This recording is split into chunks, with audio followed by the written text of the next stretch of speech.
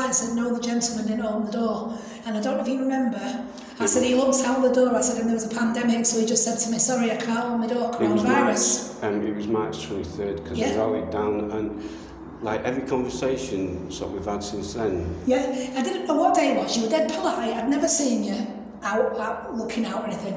You was behind your curtain and you went, sorry, I can't open the door, it's coronavirus pandemic. And I went, okay then, and I went and I thought, well, fair enough.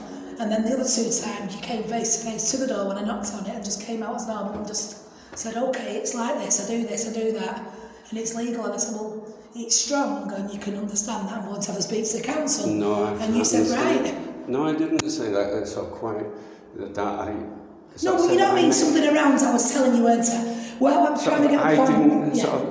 I can't understand how a cup of tea can travel through walls, through... Well, what I can't understand, I'm not being rude, what I can't understand is exactly the same. And the lady who was here before you, she was a very, very, very heavy smoker, cigarette smoker. My cutlery tasted of it, my food tasted of it, my clothes tasted of it. So what I'm saying is, how does it rise? And I asked you that and you said, have we got vents or anything? I said, I really don't know. I said, but if they want to come in and have a look to see how it's coming up, they can, but she weren't interested, because I said to her, is there anything between me and that? She said, well, what do you want me to do about it? I said, well, is there anything between him and myself that you can look at and put right? And she went, no. And then she was going on about, like, it's legal and all that. And I said, yeah, the gentleman said that. And she said, and both of them said, it's prescribed, that's it, it's done with. She sort of did say that. Because I told her, I said, he said it's prescribed, and she said, well, if it is, there's no further issues. Did you make a complaint about the previous tenants with the smoke? Yeah. I just asked, I said, there's a lady just moved in underneath. I said, I don't want to be rude. And I told them her address. I said, but everything in my house tastes and smells of cigarettes. I said, is there anything you can do to stop that smell?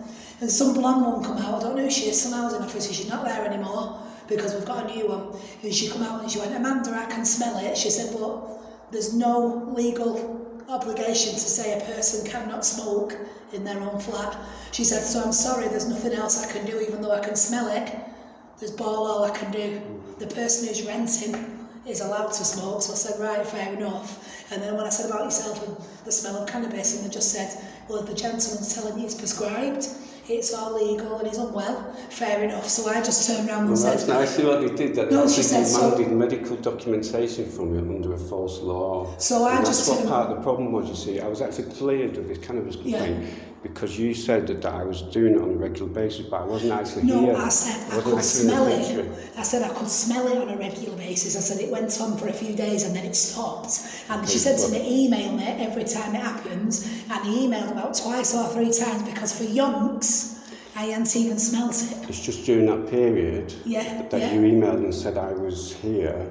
No, I didn't say you was here. I said I could smell it. Smell it? I didn't name you or anything. I just said I could smell that smell.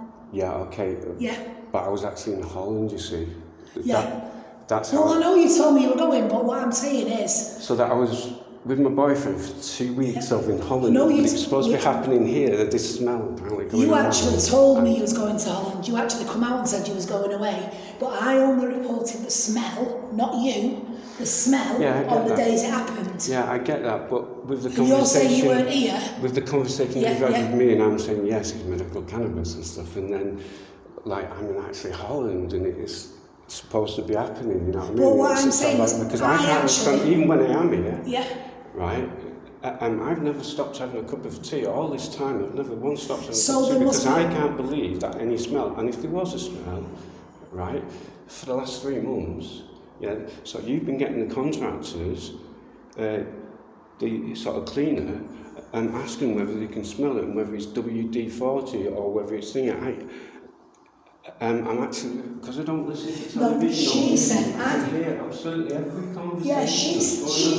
Yeah, you're engaging with the neighbours and things. I can hear. But she was saying, she was actually saying... And it's intimidation, Mandy, and it's not on, okay? And that's why I'm moving. If you want to know more about that, I'll tell you all day long. But please, do not stand here and tell me that you're innocent of everything because you're not. No, I never said. You've caused me to feel very alienated So you've used this and things like this cannabis, right, with that neighbour, and those neighbours, right, to say, oh yeah, listen, there's not only me. Look at his door. No, there's not, listen. Do you know that doorman did, by the way? Yeah, I reported this every day. Listen, videos of listen, that. stay calm. calm. I've been very afraid of Yeah, you. listen. Very afraid. I've been very afraid of you. I've been very afraid of everybody else. Because I've got PTSD and I've been suffering years of abuse, okay?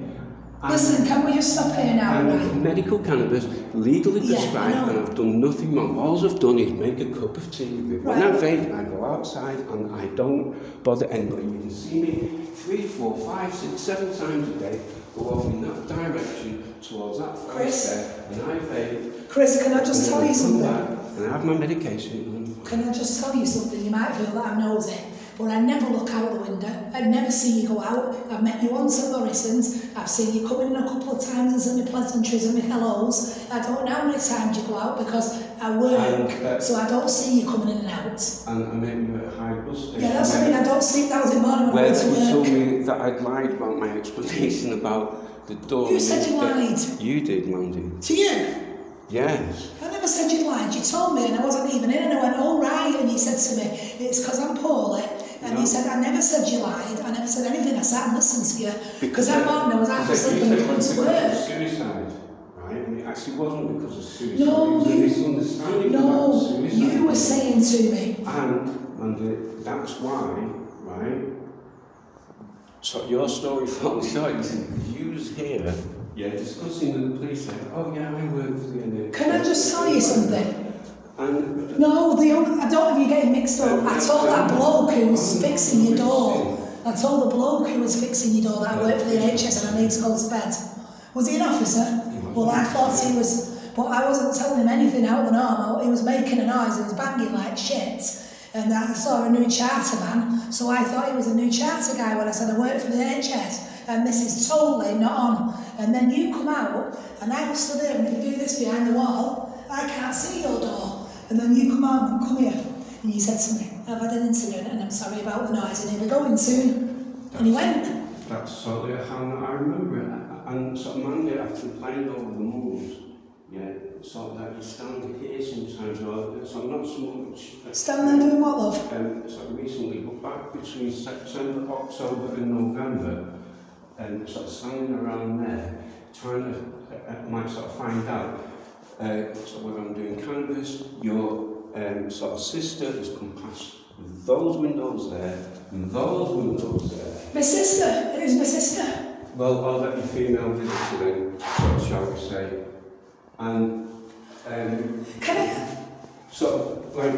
Chris, when I'm coming through this entrance, Chris. When I'm coming through this entrance, I've got you actually on the video recorder out here, stood right outside my kitchen window. Can I just say something? Saying the things that you denied to Mr. Kirkpatrick. I've not spoken to Mr. Kirkpatrick. The only thing, I've only spoken to him once, and he was asking me about the cannabis, and he didn't ask me anything else, and asked me any questions. Mrs. Oliver did. Mr.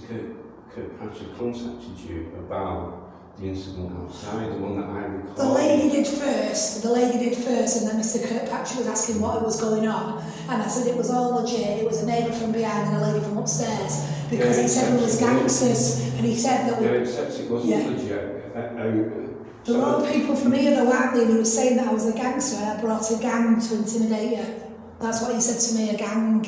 Right, well that's... And like they were neighbours, so maybe he's put it down wrong or put it over to me wrong, because I was saying that I brought a gang. He said it was at the bottom of the fence and was looking in and intimidating you. It was several people congregated together, and you... Well, that's polite what you're saying. He told me there was a gang. Being abusive towards me in conversation to those people, and I have that on the video. Yes, it does not and he match said with the gangsters. your reported conversation. And my conversation back is we're gangsters, and there's a lot of us, and we're congregating around your flat. Well, I don't know if you knew at the time. Obviously, you don't know the lad in the next block, but there was a lady upstairs with a dog. And I said it was a lady upstairs with a dog, me, and a man from next door, but one in the block. And they were saying there was a gang of you who was present. That's what he wanted to know. And I said, the lady upstairs and the man at the back. And he said, there was a gang and we was intimidating you outside at the bottom of the fence. We didn't want to intimidate you, we live around here, you know what I mean? But like if you was listening or watching and you was hearing... No, your comment was specifically about me. But I don't get where your gang is. You know what I mean? I didn't have a gang. I've not mentioned any gang either. Yeah. But, it doesn't... but there was... Yeah. There was 4 or 5 people outside my window. No. There wasn't 5. Yes, there was. It was 3. Yes, there was. Over that period of time, there was people that came and left. Okay, people with a dog came and left. I've got it. People can... The lady upstairs was out there with the dog. Look. I don't know your meaning. I really don't. Look, I think we best just leave it, okay? And I really respect that you've come down. Yeah, it's really nice. Yeah. Whatever. So take care. And... But what I'm basically saying is, I don't want you to feel that way. No, just let us... I just want to leave it now and let you do what you're doing and I'm doing what I'm doing. That's what I want to say. But what I want to say is, that's it, you know, I just want to leave it at that and let you move on and do whatever you're doing. Bye-bye.